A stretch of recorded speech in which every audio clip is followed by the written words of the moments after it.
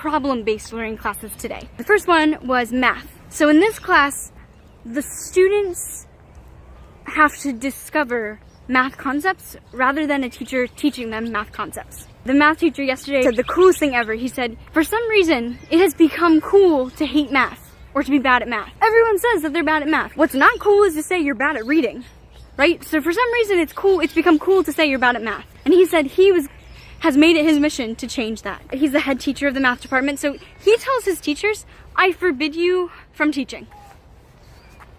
He tells his teachers that he forbids them from teaching. And instead, all he says, for the first 15 minutes at least, he says you can only ask guiding questions. Today, the students, by being asked guiding questions, they discovered the concept of standard deviation. So here's what happened. The teacher poses a problem. This is the problem part of problem-based learning. He might say, okay, here are the number of goals in every game this season that Messi has scored. And here are all the goals in every game this season that Ronaldo has scored. Which is the better player? And that's it. That's the problem. That's how the class starts. And the class says, okay, let's get into groups and let's talk about it. Let's try to figure it out. So maybe they might say, I want the most consistent player on my team.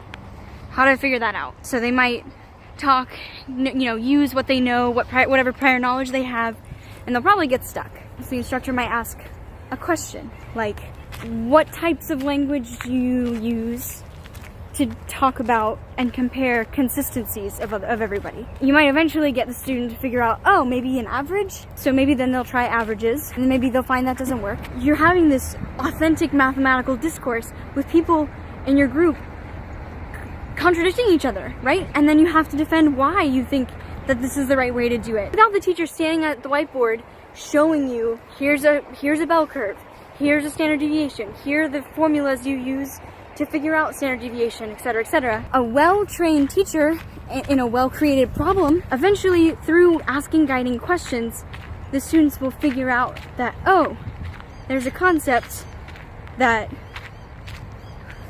I can use for this. And then eventually the teacher will say, yes, that's called standard deviation. Let me help you out.